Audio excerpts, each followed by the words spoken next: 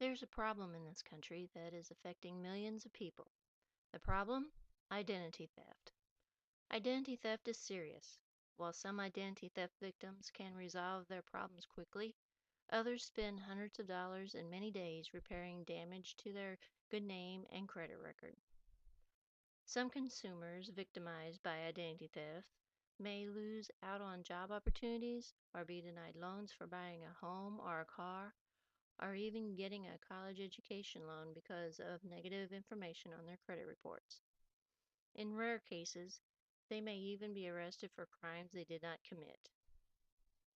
What is identity theft? It is a crime. It is when someone wrongfully obtains and uses another person's personal data in some way that involves fraud or deception, typically for economic gain. As of 2010, it is estimated that 11.1 million adults are affected by identity theft each year and cost victims $54 billion. What information is at risk? Well, your name, date of birth, addresses, credit card numbers, bank account numbers, social security numbers, passwords, PIN, driver's license number, medical and student records, any account you use to provide a service. Protecting your identity is a major concern these days. First, I emptied the checking account and then I hit the mall. And there in the window was this sexy little outfit. And oh my gosh, I just had to have it. $1,500 for a leather bustier. I didn't care. It lifts and separates. Plus, it's not like I'm actually paying for it. If your personal information falls into the wrong hands, then your social security number, your bank account or credit card number, and other valuable identifying data can be used to personally profit at your expense. This information is not like your fingerprints, which are unique to you and cannot be given to someone else for their use. Some of these criminals not only just take your information and steal from you, some even go as far as becoming you. They may not physically look like you, but they take over your financial identity altogether, running up vast debts and committing crimes while using your name. A lot of times, a victim's losses may include not only out of pocket financial losses, but substantial additional financial costs associated with trying to restore their reputation. Identity thieves can do a lot of damage. They can go on spending sprees using your credit card. They can use your name and social security number and open new credit card accounts. How does identity theft happen? There are several ways for crooks to steal your information, and one of them is called phishing.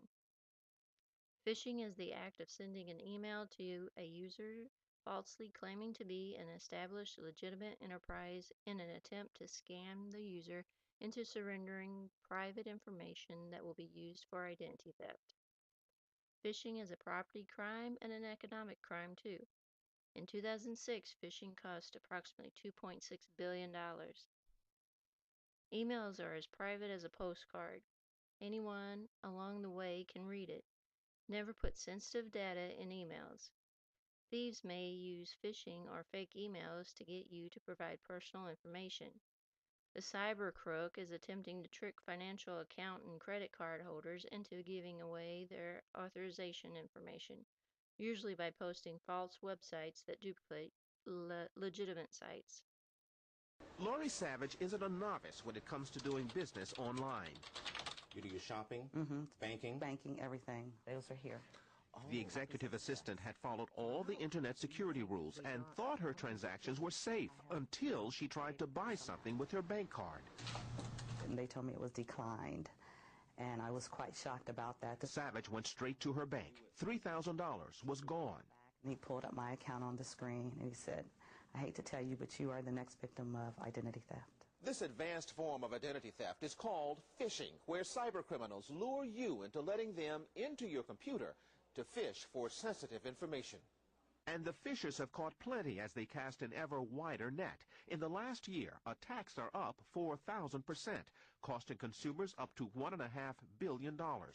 You've probably seen the most common phishing attack, an email like this usually urging you to reconfirm your account information.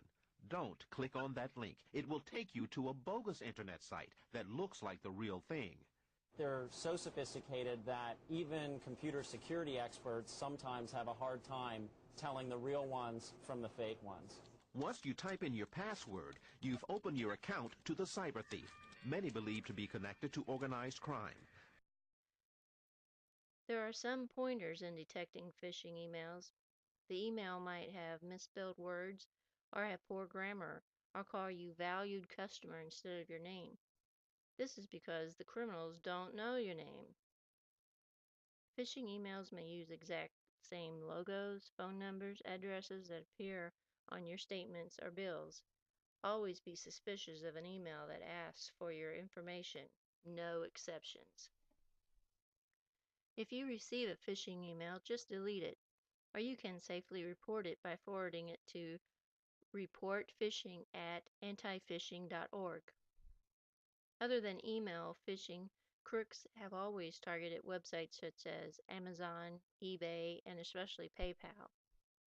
According to Security News Daily, PayPal consistently ranks as the top target for scammers. This is because of how many people use it and the fact that credit card information is transmitted. Hackers have gotten off to an early start this holiday season by using a fake PayPal site to fool unsuspecting consumers out of their credit card information. The security firm AppRiver warns people to be wary of unsolicited messages and to keep records of purchases made this holiday season. By doing our online business with companies we trust, the risk of having a thief stealing our information is low. However, when cybercriminals impersonate our trusted companies and fool us into handing over sensitive information, that is when we are in trouble. Now, with the holidays upon us and the convenience of buying gifts online, we can expect a rise in phishing scams.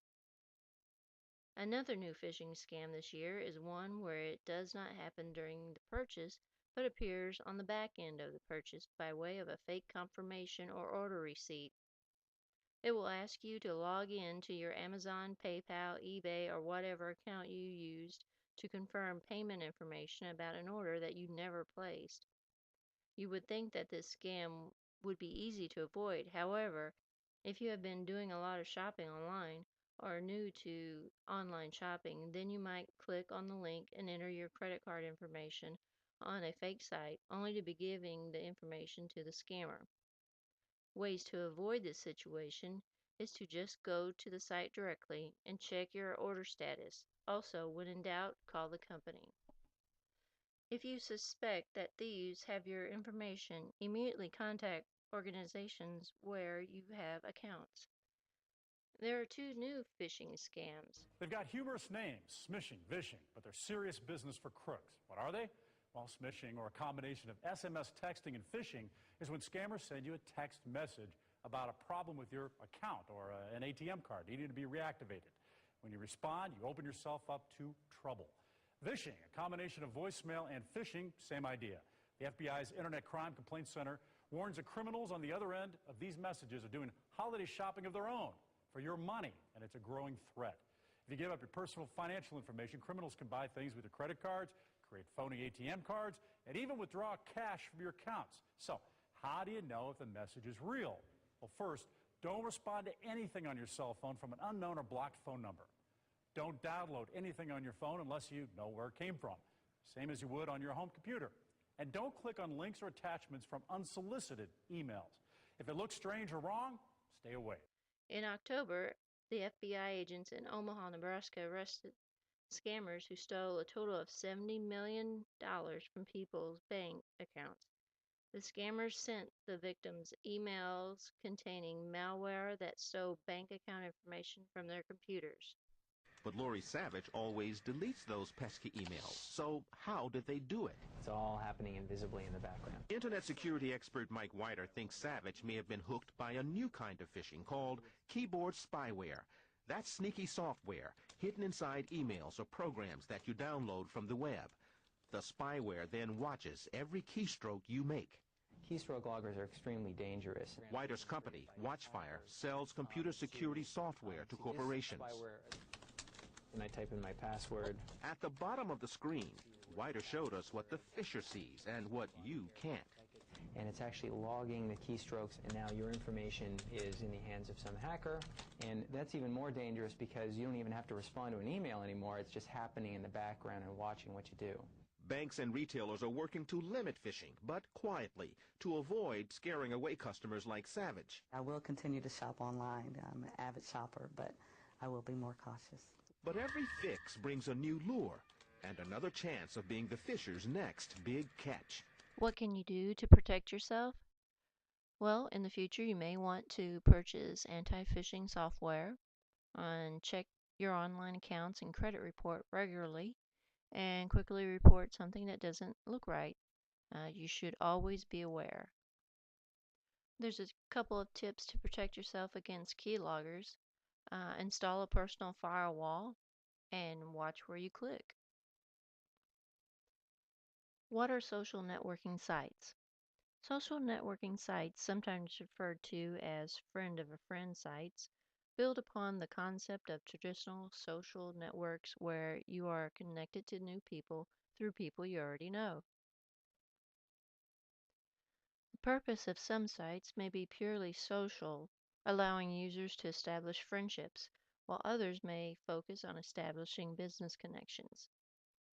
Although the features of social networking sites differ, they allow users to provide information about themselves and offer some type of communication mechanism, such as forums, chat rooms, email, instant messengers, and the like. That enables you to connect with other users. Basics of social networking security.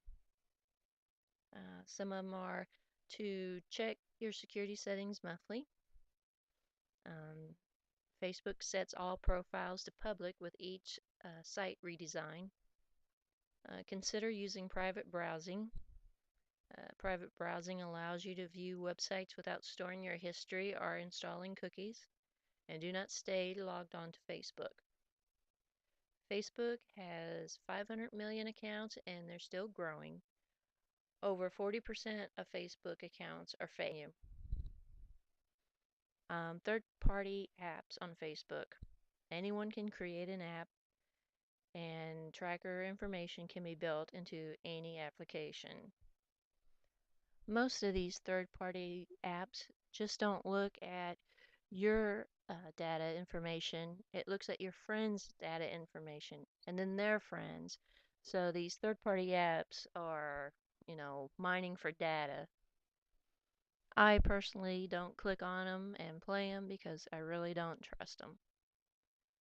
Ways to stay safe on social networking sites.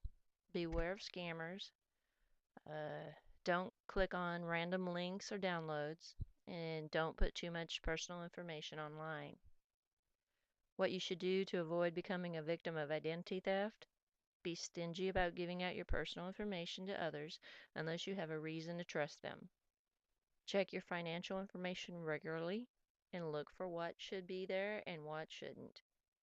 Ask periodically for a copy of your credit report and maintain careful records of your banking and financial accounts.